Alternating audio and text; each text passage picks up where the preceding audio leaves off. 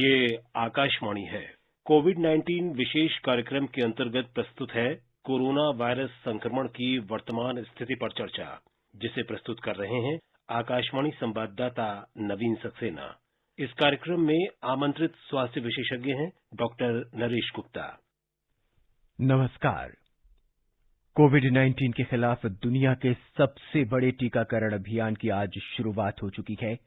इससे भारत विश्व के उन अग्रणी देशों में शुमार हो गया है जहां विज्ञान ने इतनी तरक्की कर ली है, जहां हम पहले इन सभी उपलब्धियों के लिए पश्चिम का मुंह ताका करते थे और कभी-कभी दशकों तक हमें इनका लाभ भी नहीं मिल पाता था।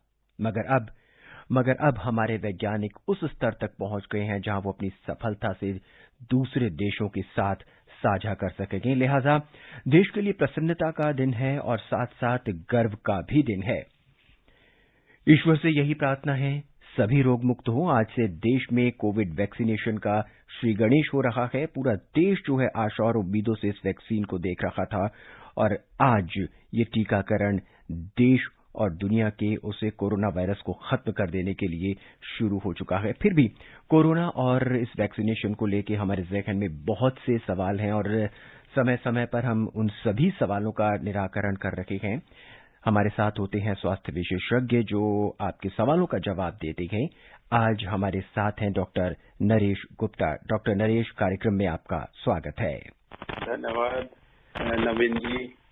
मेरा सौभाग्य है कि आज के दिन मैं यहाँ उपस्थित हूँ और श्रोताओं से वार्तालाप कर पाऊंगा। जी, श्रोताओं, अगर आप हमारे इस कार्यक्रम का हिस्सा बनना चाहते हैं और अपने सवाल हमसे पूछना चाहते हैं तो आप फोन कर सकते हैं 1800-115767 पर और इसके अलावा आप 233144 पर भी सवाल पूछ सकते हैं। दिल्ली के बाहर के श्रोता हैं तो 011 लगाना न भूलें। डॉक्टर साहब, उम्मीदों का टीका है ये और हर इंसान को, हर व्यक्ति को, चाहे वो कोरोना से पीड़ित है या फिर वो कोरोना से पीड़ित नहीं है, उसे ये उम्मीदों का टीका लग रहा है। अब सवाल यहां से उठ रहा है, आज दिन भर भी आपने देखा होगा कि और बहुत आप बिजी रहे होंगे कि किस तरह से कोरोना के टीके को लगाया जा रहा है और किस तरह से कोरोना के जो पीड़ित व्यक्ति हैं या जो पीड़ित व्यक्ति नहीं है वो सब इसकी ओर देख रखे हैं। बहरहाल, कार्यक्रम में आगे से बढ़ने से पहले हम आपको ये बताते चलें कि दुनिया के सबसे बड़े इस कार्यक्रम में आज वीडियो कॉन्फ्रेंस के जरिए शुभारंभ करते हुए प्रधानमंत्री ने कहा कि कोरोना का टीका पहले उन लोगों को दिया जाएगा जिन्हें इसकी सबसे ज्यादा आवश्यकता है और प्रधानमंत्री ने कहा कि इस अभियान के पहले चरण में 3 करोड़ लोगों को टीकाकरण इनका किया जाएगा और उन्होंने कहा कि दूसरे चरण में भी टीके लगाए जाएंगे, वो 30 करोड़ लोग होंगे। और प्रधानमंत्री ने कहा कि दुनिया में केवल 3 ऐसे देश हैं जिनकी संख्या 30 करोड़ से अधिक है। ये देश हैं भारत, चीन और अमेरिका। और भारत जैसे इतनी बड़ी जनसंख्या वाले देश में ये जो टीकाकरण अभियान है जो शुरू हो रहा है, ये भी एक बहुत बड़ी चुनौती भरा कार्यक्रम है। देश में अगर हम कोरोना की अपडेट या कोरोना की स्थिति की बात करें तो सबसे पहले हम दिल्ली की बात करते हैं। दिल्ली में पिछले 24 घंटे के दौरान कोरोना संक्रमण के 299 नए मरीजों का पता चला है और इन्हें मिलाकर राष्ट्रीय राजधानी में संक्रमित व्यक्तियों की जो कुल संख्या है वो बढ़कर 6,32,183 हो चुकी है। लगातार कोरोना के केसेस कम आ रहे हैं। वहीं गृहमंत्री अमित शाह ने कोविड के खिलाफ दुनिया के सबसे बड़े टीकाकरण अभियान की शुरुआत पर सभी वैज्ञानिकों को बधाई दी है और एक ट्वीट में श्री शाह ने कहा कि देश ने प्रधानमंत्री के नेतृत्व में कोरोना के खिलाफ संघर्ष में एक महत्वपूर्ण चरण पार कर लिया है और कहा कि टीकाकरण अभियान हमारे वैज्ञानिकों के साथ ही देश के नेतृत्व की क्षमता का परिचायक है। इस बीच डॉक्टर नरेश गुप्ता, हम आपसे अब ये जानना चाहेंगे कि उम्मीदों का ये जो टीका है ये कहीं हमें नाउम्मीद तो नहीं करेगा? देखिए नवीन जी, मैंने 40 वर्षों से मेडिकल साइंस में देखा है और 400 साल की मेडिकल साइंस पढ़ी है, लेकिन जितना इससे होप और ठीक समय पे इसका प्रवेश करना वैक्सीन का और हमारे देश में और इस स्केल पे, जैसे कि प्रधानमंत्री ने बताया कि दुनिया का सबसे बड़ा टीकाकरण प्रोग्राम, ठीक है, दुनिया के सबसे बड़ा टीका प्रोड्यूसर तो हम थे, लेकिन सबसे बड़ा टीकाकरण प्रोग्राम और उसको जिस स्केल पे लॉन्च करा है एकदम जो है, आज सवेरे प्रधानमंत्री जी ने 3000 सेंटर को जोड़ा और हजारों जो कार्य करता है कि 3 लाख लोगों को हम लगा देते हैं, आज 30 करोड़ लोगों को हमको इसी सीजन में लगाना है। तो ये जो चीज है, ये मैं देख रहा हूं कि ये हमारे देश में ही नहीं बड़ा उत्साह पैदा कर रही, ये पूरी दुनिया में लोग जो है ना जागरूक होकर सुन रहे हैं। आप अगर सवेरे से न्यूज पढ़ें, चाहे अमेरिका से है, चाहे इंग्लैंड से है, चाहे फ्रांस से है, चाहे जर्मनी से है, या यूरोप के अन्य देशों से, ऑस्ट्रेलिया से, कहीं से देख लीजिए आप, मिडिल ईस्ट से, हमारे पड़ोसियों से, सब के सब जो है इसको एक अचंभे से देख रहे हैं जी कि इतना बड़ा प्रोग्राम जो है कैसे लॉन्च हो रहा है। और देखिए प्रधानमंत्री जी की एक चीज देखिए, उन्होंने सिर्फ हमारे यहाँ नहीं लॉन्च करा है, जैसे कुछ बड़े बड़े देश हैं कि सारी की सारी टीका अपने यहाँ रख के बैठ गए। इन्होंने कहा नहीं, वासुदेव कुटुंबकम, जो हमारे पड़ोसी हैं या दूर दराज के देश हैं, हम उसमें भी ये देंगे। और इसकी जो इफेक्टिवनेस है वो हमारे स्वास्थ्य मंत्री जी हैं, डॉक्टर हर्षवर्धन जी, उन्होंने बड़ा अच्छा कहा, ये संजीवनी की तरह है। देखिए नवीन जी, पिछले साल ऐसा प्रकोप था, और ये जो नया वर्ष आया है हमारा, तो खैर शुरुआत ही अच्छी हुई थी। पहले देखिए लोहड़ी आ गई, मकर संक्रांति आ गई, पोंगल आ गई, बड़े बड़े लोगों के जन्मदिन आ गए। उसके बाद जो है प्रधानमंत्री जी ने इसका उद्घाटन करा प्रोग्राम का।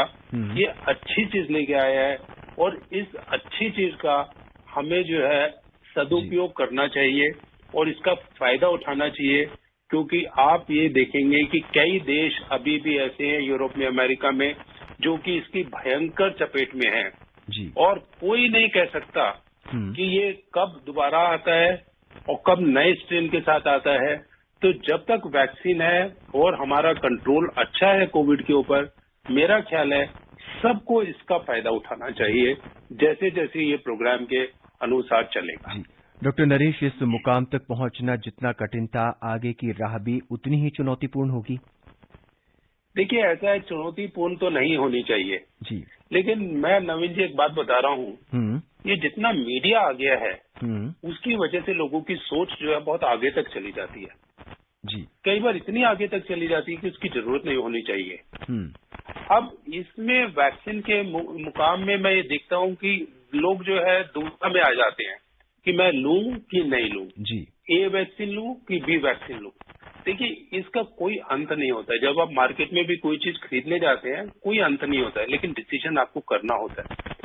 लेकिन ये आप मान के चलिए कि जितनी वैक्सीन आ रही हैं, चाहे इंडिया के अंदर चाहे इंडिया के बाहर, इन सब की एफिकेसी जो है, इनकी जो मतलब इनकी जो फायदा है, जितना WHO ने एक्सपेक्ट करा था जब कोविड का पेंडेमिक चल रहा था, उससे कई गुना ज्यादा है। मतलब ये कि इसका फायदा जितना हमने सोचा था होगा, उससे कई गुना ज्यादा फायदा है जी। लोगों को ये भी लगता है कि अरे हमने 10 महीने में कैसे रख दी। ऐसा तो नहीं है कि अध पक्की जो है, कच्ची पक्की वो हम वैक्सीन दे रहे हैं, नहीं ऐसा नहीं है। देखिए कोरोना वायरस हमारे ऊपर प्रकोप जो है पिछले 20 साल से ढा रहा है। वैसे तो 60 साल से जानते हैं, पर प्रकोप ढा रहा है। जो अभी तकलीफ होती है कोविड की, उसको हम कहते हैं कोरोना वायरस SARS-2। SARS-1 आया था 2002-3 में, तब भी वैक्सीन की प्रक्रिया चली थी और वो बंद नहीं हुई थी, क्योंकि 2012-13 में मिडिल ईस्ट रेस्पिरेटरी सिंड्रोम मर्ज करके आया था। तो वैक्सीन की वो जो प्रक्रिया चल रही थी, उसकी वजह से कोरोना वायरस की हमारे पास बहुत नॉलेज थी जी, लेकिन उसको ढालना था और ये मौका मिला कोविड-19 का, और भारतवर्ष ने भी उसमें छलांग लगा दी। और देखिए दुनिया में कितनी सारी वैक्सीन बनी है, सबकी सब कारगर है जी। जो वैक्सीन होती है, बहुत सारी वैक्सीन है, सब लोग लगाते हैं। देखिए हमारे देश में स्मॉल पॉक्स था, उसका बिल्कुल खत्म हो गया है। पोलियो था, उसको खत्म कर दिया। किसने करा? वैक्सीन ने करा। लेकिन वैक्सीन जो है, जैसे कि कोई भी चीज होती है, कोई भी दवा होती है, और कोई भी दवा हो, चाहे मॉडर्न मेडिसिन हो, चाहे आयुर्वेदिक हो, चाहे एलोपैथिक हो, चाहे होम्योपैथिक हो, कोई भी हो, उसका रिएक्शन किसी को भी हो सकता है। नवीन जी देखिए एक बात सुनिए, जो हम लोग खाते पीते हैं, लोगों को दूध से भी रिएक्शन हो जाता है। जो अंडा खाते हैं उसको अंडे से भी रिएक्शन हो जाता है, किसी को मछली से रिएक्शन हो जाता है, किसी को सब्जी से रिएक्शन हो जाता है। ये रिएक्शन जो बड़ी कुदरती चीज होती है जी। और ये रिएक्शन से हमको ये नहीं करना चाहिए कि हम दूध नहीं खाएंगे, अंडा नहीं खाएंगे, मछली नहीं खाएंगे, बैंगन नहीं खाएंगे, फला नहीं खाएंगे, ये नहीं करेंगे, वो ठीक नहीं है जी। और ये जो रिएक्शन होते हैं ये बहुत कम होते हैं, लाखों में एक होते हैं। देखिए आज पूरा दिन का प्रकोप, मतलब लाखों लोगों को आज वैक्सीन लगाया है।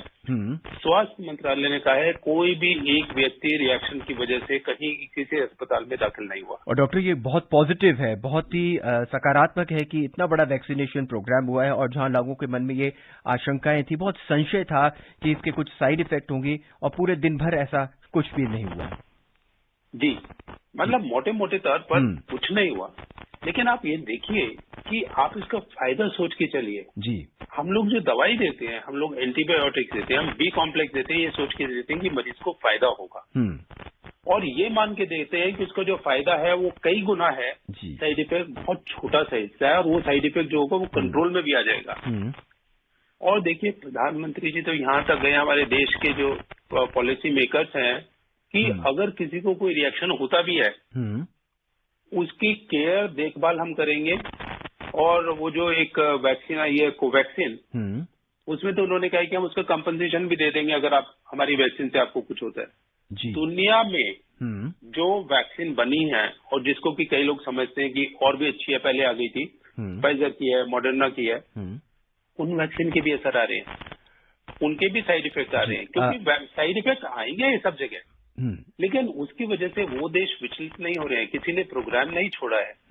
ये जो अच्छा प्रोग्राम है हमको इसकी अच्छाई पे जाना चाहिए जी। देखिए मैं कहता हूँ कि जैसे मान लीजिए आपके पास ग्लास है जी, आधा पानी से भरा है, जो व्यक्ति को प्यास लगी है, जिसको पानी की जरूरत है, उसको पानी देखना चाहिए, उसको ये नहीं सोचना चाहिए कि बाकी हवा में ऊपर जो है उसमें क्या मिलावट है, क्या हो सकता है, क्या नहीं हो सकता है जी।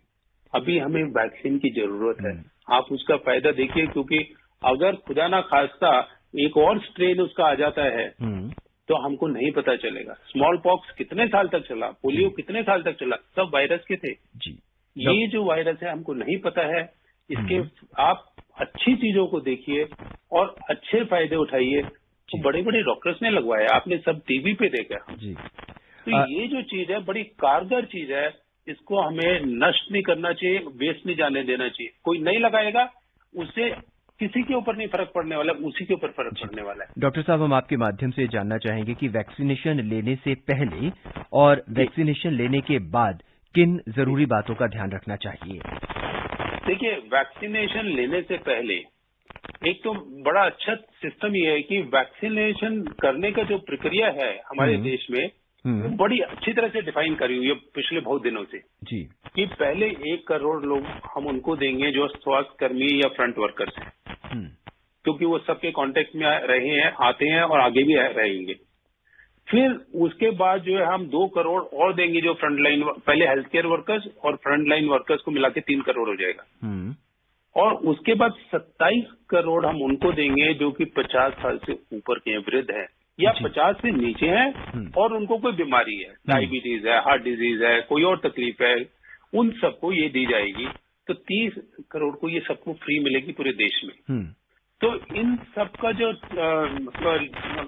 इनको सेलेक्ट करा गया है वो ऑलरेडी देख लिया गया है, उन सबकी जो है ना लिस्ट बना लिया, ड्राई रन करा गया जी। तो आपको ये देखना है कि जब आपके पास मैसेज आता है कि आपको वैक्सीन फला दिन इस समय इस जगह मिलेगी, तो आप उधर तैयार होके जाएं, परेशान होके ना जाएं। आप ये सोच के जाएं कि ये वैक्सीन आपके लिए अच्छी है। अब ये है कि ये वैक्सीन क्या सब कोई ले सकता है? ये वैक्सीन सब कोई ले सकता है। इसमें थोड़ा सा दिक्कत ये होती है कि कई बार एलर्जी का रिएक्शन आता है, जिसकी वजह से लोगों को रखता है। जैसा मैंने कहा कि एलर्जी तो किसी से भी आ सकती है जी। एलर्जी लोगों को आटा खाने से भी आ जाती है, गेहूं खाने से आ जाती है जी। तो अगर आपको किसी तरह की एलर्जी है तो आप जाके डॉक्टर को बताएं।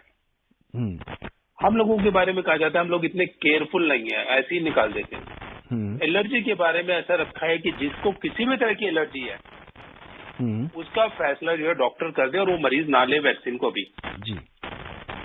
हालांकि उसमें सारी वैक्सीन में ऐसे नहीं होता है, लेकिन उसको अपना ये ध्यान रखना चाहिए कि किस किस चीज से उसको एलर्जी है या नहीं है जी। दूसरा एक चीज ये मान के चलना चाहिए कि ये जो वैक्सीन है इसका जो है ना गर्भवती महिलाओं के ऊपर कहीं दुनिया में स्टडी नहीं हुई है और बच्चों में भी नहीं हुई है 18 साल से कम उम्र के जी। तो गर्भवती महिलाएं और हमारे यहाँ 18 के नीचे वालों को भी ये नहीं दिया जाएगा जी। तीसरा ये है कि अगर किसी को कोविड हुआ था और उसने प्लाज्मा लिया था तो उसको भी नहीं दिया जाएगा जी। चौथी चीज ये है कि अगर कोई व्यक्ति को और बीमारी है, कोई भी बीमारी है जिसकी वजह से वो सीरियस है, उसको रुकना चाहिए, उसको उसके साथ वैक्सीन नहीं मिलाना चाहिए, क्योंकि फिर पता नहीं चलेगा दोनों कैसे रिएक्ट करेंगे जी। डॉक्टर चौथी चीज ये है कि ये टीका जो है मांसपेशी में लगाया जाता है। किसी को अगर ऐसी परेशानी है जिससे कि खून बहता है, हम लोगों के यहाँ बहुत बड़ा दुनिया का सेंटर, सबसे दुनिया का बड़ा सेंटर हमारे लोकनायक अस्पताल में हीमोफीलिया का, तो उन लोगों को थोड़ा ख्याल करना चाहिए कि मेरे को ये तकलीफ है, मैं ये बता दूं। तो ऐसे जो है कुछ चीजें हैं जिनका उनको ध्यान रखना चाहिए, खान पान उनको बराबर करना चाहिए, कोई चीज छुपानी नहीं चाहिए और उनको अपनी तसल्ली भी कर लेनी चाहिए। उनको एक शीट दी जाएगी जिसमें सारी इन्फॉर्मेशन होगी, नहीं तो स्वास्थ्य मंत्रालय की वेबसाइट पे सारी इन्फॉर्मेशन इतनी डिटेल में दी गई है, उसको पढ़ के जाना चाहिए। हालांकि वहां पे उसको अलग से पढ़ने के लिए मिलेगा, पर उसको फिर भी पढ़ के जाना चाहिए। डॉक्टर, कहा गया है कि वैक्सीन लेने के बाद 30 मिनट तक ऑब्जर्वेशन के लिए रुकना होगा। इन 30 मिनट में व्यक्ति को किसी भी तरह का कोई रिएक्शन नहीं होता, घर जाने के बाद अगर उसे कोई दिक्कत होती है तो वो क्या करे? देखिए, ऐसा है कि जो रिएक्शन है जब उसको वैक्सीन लगती है तो उसको बताया जाता है हम 30 मिनट यहाँ रखते हैं, क्योंकि इमीडिएट रिएक्शन जो है हम चाहेंगे कि उसका इमीडिएटली निदान हो जाए, इलाज हो जाए। लेकिन उसको ये बताया जाता है आप 7 दिन तक अगर कोई रिएक्शन होता है उसको लिस्ट दी जाती है कि आपको कोई बुखार आ रहा है, दर्द आ रहा है, क्योंकि लोकली दवाई जो दूसरी वैक्सीन में लगती है, टेटनस की लगती है, उसमें भी सूजन आ जाती है, दर्द आ जाती है। तो ये सब चीजें जो है आप बता दीजिए। लेकिन जो शुरू के 30 मिनट में है उसमें जो तीव्र तरह का रिएक्शन होता है कि सांस में दिक्कत होती है या छाती में दिक्कत होती है, पेट में दिक्कत होती है, वो सब हम ट्रीट कर सकें। तो इसको बताया जाता है 7 दिन तक ये करेंगे। और जितने स्वास्थ्य कर्मी है, चाहे प्राइवेट है चाहे सरकारी है, जो भी देख रहे हैं, उनको ये भी बताया गया कि 7 दिन पे खत्म नहीं हो जाता, अगर उसके बाद भी किसी को कोई रिएक्शन है तो वो आप नोट करें जी। और नवीन जी, सबसे अच्छी चीज जो टेक्नोलॉजी लाई गई है इस बार, जब से कोविड शुरू हुआ, उससे पहले टीबी शुरू हुआ, उससे पहले आयुष्मान भारत शुरू हुआ, तब से ये टेक्नोलॉजी खत्म नहीं हो रही है। और ये टेक्नोलॉजी में सारे जो रिएक्शन हैं सब फीड करे जाएंगे। एक कोविन करके ऐप है, उसमें सारी डेटा कि किसको वैक्सीन मिली और किसको क्या रिएक्शन वो आएगा। अब सोच के देखिए कि अगर हम अगले 6 महीने में 30 करोड़ को एकदम से वैक्सीनेट करते हैं, कितना बड़ा डेटा होगा और उसमें सारी चीज क्लियर होके आ जाएंगी दुनिया के सामने कि क्या रिएक्शन होते क्या नहीं होते। तो वो रिएक्शन जो है सारे रिकॉर्ड होते हैं, उनको बिल्कुल कोई चिंता नहीं करनी चाहिए और जो भी होता है अगर कोई चीज डाउट में है तो भी उसको बता देना चाहिए। डॉक्टर, इस बीच उत्तर प्रदेश के रामपुर से अनीश रहमान हमसे जुड़ चुके हैं हमारे पहले कॉलर के रूप में। अनीश, कार्यक्रम में आपका स्वागत है। हेलो सर, नमस्कार। नमस्कार, क्या सवाल है आपका? जी सर, मैं ये जानना चाहता हूँ सर, टीके लगाने से सर एलर्जी के बारे में जानना चाहता हूँ सर, एलर्जी तो नहीं हो पाएगी? डॉक्टर साहब, इनका भी वही सवाल है कि टीका लगाने से कहीं तो इनको एलर्जी नहीं हो जाएगी। मुश्किल क्या है कि ये जो एलर्जी होती है ना, इसको हम समझ नहीं पा रहे हैं। एलर्जी का एक तरह से भयानक रूप रख के पब्लिक को डराया जा रहा है। मैं अनीश जी को ये बताना चाहूंगा, हमारे देश में, दुनिया में, इस पूरे संसार में हवा चलती है, लोगों को हवा से भी एलर्जी होती है। इसका मतलब क्या सांस लेना बंद कर देंगे? ये जो एलर्जी है किसी को स्किन की होती है। अभी आपने देखा होगा किसी को छींकें आने लगती है सवेरे, ये एलर्जी होती है। किसी की आंखें लाल हो जाती हैं क्योंकि वो मौसम बदलता है, तो ये एलर्जी होती है। एलर्जी एक शरीर का हिस्सा होता है जिसमें कि ये दर्शाया जाता है कि शरीर जो है उस चीज को कंट्रोल करने की कोशिश कर रहा है। कोई भी दवा, कोई भी वैक्सीन जो आप लेते हैं उससे एलर्जी होने का अंदेशा रहता है। अब 10 लाख में एक केस को रहे या थोड़ा ऊपर नीचे रहे, वो बहुत कम होता है, लेकिन वो अंदेशा रहता है। लेकिन बात यह है कि वो जो एलर्जी है वो कंट्रोल में आ जाती है जी। और जब वो कंट्रोल में आ जाती है, वो ऐसा नहीं है जैसे कि आपको हवा की एलर्जी है, खाने की एलर्जी है, फिश की एलर्जी है, अंडे की एलर्जी है, वो कंट्रोल में नहीं आती है। तो ये जो एलर्जी है ये वन टाइम एलर्जी है, जो कि सबको नहीं होती है, कई लाखों में जाके एक को होती है और वो भी आ जाती है। और देखिए पूरे देश में 1.5 लाख से ज्यादा आज जो टीके लगे 1,65,000, उसमें कोई ऐसा नहीं आया जिसकी वजह से उसको दाखिल करना पड़ा या कुछ सीरियस बात हो गई। हल्का फुल्का हुआ, और हल्का फुल्का टीका लगाने के बाद अनीश जी आपको वहां पे सूजन भी आ सकती है, थोड़ी सी हल्की सी, थोड़ा बुखार भी आ सकता है, लेकिन इसमें चिंता की बात नहीं होती है। ये सब टीकों में आते हैं। बलरामपुर से शारदा प्रसाद हमसे जुड़ चुके हैं। शारदा जी, कार्यक्रम में आपका स्वागत है। नमस्कार सर। नमस्कार, क्या सवाल है आपका? सवाल सर, मैं बुजुर्ग हूँ, 56 साल का हूँ सर। जो है एक बार इंजेक्शन लगवाया था तो वो मुझको मेरा नट्टी वट्टी सूखने लगा था, तुरंत फिर एविल भर के लगाया मुझको। एविल की डेकाड्रान लगाया, तब मेरे होश आया, नहीं तो मेरा प्राण छूटने वाला था सर। तो वही डर लग रहा है सर। डॉक्टर, इनको डर लग रहा है वैक्सीन लगाने से? बिल्कुल ठीक कह रहे हैं, बिल्कुल शारदा प्रसाद जी ठीक कह रहे हैं। पहले तो मैं आपको ये बता दूं, आपको अपनी 56 वर्ष की उम्र से परेशान नहीं होना चाहिए। ये एल्डरली बुजुर्ग में इतना नहीं आते हैं। आजकल के 56 वर्ष वाले जो हैं बड़े मजबूत होते हैं पहले के कंपैरिजन में। देखिए जो टीका लगा था आपको, और जो आपको ये एलर्जी का एविल और डेकाड्रॉन लगा था, ये जो चीजें हैं ये अक्सर लगाई जाती हैं। ये जहाँ रहते हैं वहां पे सांप काट लेता है तो उससे भी रिएक्शन होता है, जो मच्छर काट लेता है उससे भी हो जाता है, जो वास्प होता है ना, वो क्या कहते हैं उसको, ततैया, उससे भी रिएक्शन हो जाता है। तो बहुत चीजों से रिएक्शन होता है और कई सारे टीके उसमें लगा देते हैं तो ठीक हो जाता है। तो इसमें जो जरूरी चीज होती है ये होती है कि वो टीका जो है ना लगना चाहिए जी। और हमारे देश का जो प्रोग्राम है उसमें ये कहा गया है कि जहां पे भी टीके लग रहे हैं वहां ये सब इंजेक्शन मौजूद होंगे। तो 30 मिनट जो रख रहे हैं उसमें अगर किसी को रिएक्शन होता है तो वो टीका दिया जाता है जी। अब जहां तक इनकी बात है, अब इनके गांव में मेरे को मालूम नहीं कितने लोग होंगे।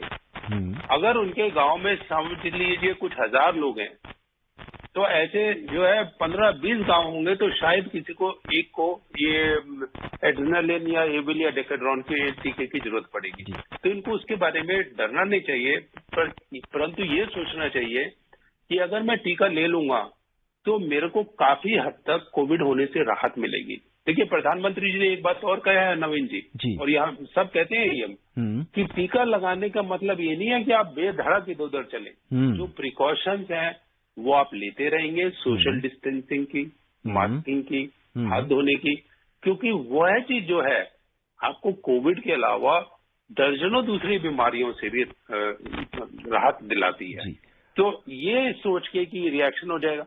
अब देखिए हम सड़क पे जाते हैं, अपना गाड़ी में जाते हैं, एक्सीडेंट हो जाएगा इसकी वजह से, तो ये नहीं कहते कि हम गाड़ी में नहीं जाएंगे, ट्रेन में नहीं जाएंगे, हवाई जहाज में नहीं जाएंगे। बिल्कुल यही चीज ऐसे है, आप जाइए, आप ऊपर वाले का नाम लीजिए, भरोसा करिए, लोगों के ऊपर भरोसा करिए और अपने ऊपर भरोसा करिए और इधर उधर की अफवाहें ना सुनिए, क्योंकि जो ये प्रोग्राम हो रहा है आपके हित में हो रहा है और किसी को इससे कुछ नहीं लेना देना है, एक्सेप्ट ये कि हमारे देश के लोगों का भला हो। जी डॉक्टर, संक्रमित व्यक्ति के ठीक होने के कितने दिनों बाद उसको टीका लग सकता है या वो टीका लगवा सकता है? देखिए ऐसा है कि जो संक्रमित व्यक्ति है जब तक वो इन्फेक्टेड स्टेज में होता है, मतलब ये कि जब तक वो पॉजिटिव है तब तक तो टीका कोई नहीं लगाता है उसको जी, क्योंकि लगाने का कोई मतलब भी नहीं बनता है जब उसकी अपनी प्रक्रिया चल रही है शरीर। अब ये होता है कि उसके बाद अगर वो रिकवर कर जाता है, रिकवर करने का मतलब है नेगेटिव भी हो गया, सिम्टम्स भी फ्री हो गया, जैसे वो कन्वलेसेंट प्लाज्मा बता ना कि उसके बाद आप 4 हफ्ते और निकाल दीजिए, आप उसको टीका देने की बात कर सकते हैं 4 हफ्ते बाद। लेकिन वह बात तभी उठ के आती है, वो प्रायोरिटी एरिया में नहीं है। जो शुरू के हैं वो दूसरे जो प्रायोरिटी वाले हैं उनको जो प्राथमिकता दी जाएगी वो स्वास्थ्यकर्मी, फ्रंटलाइन वर्कर्स और बुजुर्ग और जिनको बाकी बीमारियां हैं जिसकी वजह से कि उनकी कॉम्प्लिकेशंस आ सकती है, उनको पहले दिया जाएगा। उनका नंबर बाद में आता है, लेकिन आप एकदम ना लें जबकि आपको कोविड का इन्फेक्शन है। इस बीच अनिल कुमार यादव दिल्ली से अपने सवाल के साथ हमसे जुड़ चुके हैं। अनिल जी, कार्यक्रम में आपका स्वागत है। क्या सवाल है आपका? हाँ नमस्ते सर। नमस्ते, क्या सवाल है आपका? और डॉक्टर साहब को भी नमस्ते। नमस्कार अनिल जी। हाँ सर, सवाल मेरा ये है कि जो पहले चरण में हेल्थ केयर को जो वैक्सीन लग रही है और जब ये चरण पूरा हो जाए जिसमें डॉक्टर्स, नर्सेज या हॉस्पिटल स्टाफ को सबको वैक्सीन लग जाएगी, तो उसके बाद जो आम मरीज हैं उनको हॉस्पिटल में देखने की पहले जैसी व्यवस्था चालू हो जाएगी या जैसी अभी चल रही है ऐसी ही रहेगी सर? डॉक्टर, बहुत ही वाजिब सवाल है इनका। कहना कि जब टीकाकरण की पहला चरण शुरू होकर खत्म हो जाएगा तो फिर क्या हॉस्पिटल्स में पहले जैसी व्यवस्था शुरू हो जाएगी आम मरीजों को देखने की? देखिए अनिल यादव जी, आप तो दिल्ली से हैं। मैं आपको बता दूं कि दिल्ली के जो मंत्री हैं और जो दिल्ली की सरकार है उसने फैसला करा है कि जो जो अस्पताल जिसमें कि आम मरीज को नहीं देखा जा रहा था क्योंकि वो कोविड से इसलिए ज्यादा इन्वॉल्व थे, उन सब में ओपीडी शुरू कर दी है। मैंने लोकनायक में भी शुरू कर दिया है, जीटीबी में भी शुरू कर दिया है, कईयों में तो पहले ही चलती थी। लेकिन ये कि अगर आप उसमें कोविड के ज्यादा मरीज दाखिल रखते थे तो दूसरों को कम मौका मिलता था। वो वैक्सीन के आने के पहले ही जैसे हमारा नंबर कम हुआ है, वो कोविड के मरीज के बिस्तर कम कर दिए हैं और दूसरे मरीज आ रहे हैं। तो जैसे जैसे ये नंबर भी कम होता जाएगा और वैक्सीन बढ़ता जाएगा, तो अनिल यादव जी की बात बिल्कुल ठीक है। अगले आप 1-2 हफ्ते में देखेंगे कि प्रक्रिया जो है पुरानी पटरी पे आ चुकी होगी। डॉक्टर, अब मुंबई का रुख करते हैं। वहां से एसके नागर अपने सवाल के साथ हमसे जुड़ चुके हैं। नागर साहब, कार्यक्रम में स्वागत है आपका। क्या सवाल है? हाँ सर, नमस्कार। सबसे पहले तो मुझे वैज्ञानिक लोगों को और नरेंद्र मोदी जी को बधाई देनी होगी जी कि उन्होंने सही समय के ऊपर सही कदम उठाया। और दूसरा ये है कि मेडिकल इंजेक्शन लगाने से पहले कौन कौन सी बीमारी की जांच करानी होगी? जी डॉक्टर, ये जानना चाहते हैं कि वैक्सीन लेने से पहले किस किस बीमारी की जांच इनको करानी होगी? देखिए, ऐसा है नागर जी, आपको कोई बीमारी की जांच कराने की जरूरत नहीं है। इसके लिए आपको बीमारी की जांच कराने की जरूरत है, बिना वैक्सीन के भी जो आपको जरूरत है वो करनी चाहिए। जैसे जो लोग होते हैं 45-50 साल के ऊपर होते हैं, हम कहते हैं उनकी शुगर टेस्ट होनी चाहिए क्योंकि शक्कर की बीमारी, शुगर की बीमारी, डायबिटीज कॉमन है। हर किसी को ब्लड प्रेशर चेक करना चाहिए क्योंकि बड़ा आसान है और उससे हमें पता चल सकता है कि ब्लड प्रेशर है, नहीं तो कोई उसके सिम्टम्स, तकलीफें नहीं आती। तो ये जो चीजें हैं, अगर कोई धूम्रपान करता है उसको अपने हिसाब से कराना है, अगर कोई लेडी है उनको गायनी की चेक करानी है, वो सब रेगुलर चेकअप होते हैं। टीका लगाने के लिए आपको स्वास्थ्य के लिए जो रेगुलर चेकअप है जो आपने कराए हैं, उसमें अगर कोई उभर के आता है तो वो जानकारी आपके पास होनी चाहिए। जैसे किसी को डायबिटीज है, किसी को हार्ट बीमारी है, कोई ब्लड प्रेशर है, कैंसर है, कुछ और बीमारी है, और या खून की बीमारी है कि बहता नहीं है। और तीसरी चीज ये है कि अगर आपने कभी कोई दवाई ली या पहले कोई टीका लगाया, जैसे एक अभी हमारे श्रोता कह रहे थे कि मेरे को रिएक्शन हो गया और शादा प्रसाद जी को उनको टीके लगाने पड़े एविल के और डेकेड्रॉन के। अगर ऐसी कोई बात है तो आप उसको याद करके अखबार पे कागज पे लिख लीजिए, किताब में लिख लीजिए कि मेरे को ऐसा रिएक्शन हुआ था किसी इंजेक्शन से या किसी दवाई से या किसी खाने की वजह से या कुछ भी है। तो आपको अपनी इंफॉर्मेशन रखनी पड़ेगी, अलग से कोई ऐसा टेस्ट कराने की आपको आवश्यकता नहीं। डॉक्टर साहब, आज इस ऐतिहासिक दिन पर आप हमारे श्रोताओं को क्या संदेश देना चाहेंगे? देखिए, मैं श्रोताओं को एक ही संदेश देना चाहूंगा कि भारतवर्ष ने ये जो उपलब्धि हासिल करी है ये बहुत बड़ी है। ये टीका सबको दे रही है। और मैं ये भी कहना चाहूंगा, बड़े बड़े देशों में भी ये दुविधा उनके मन में, कुछ लोगों के मन में आती है कि हम ले ना ले, क्या करें।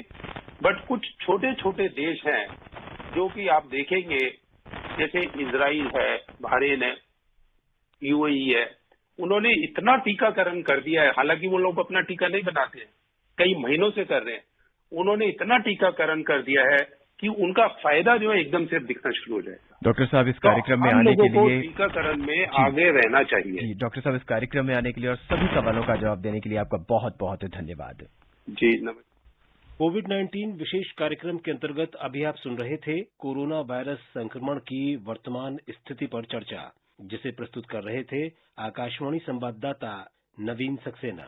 इस कार्यक्रम में आमंत्रित स्वास्थ्य विशेषज्ञ थे डॉक्टर नरेश गुप्ता। ये कार्यक्रम आकाशवाणी के समाचार सेवा प्रभाग द्वारा प्रस्तुत किया गया। इसे आप हमारे mobile app news on AIR पर भी सुन सकते हैं।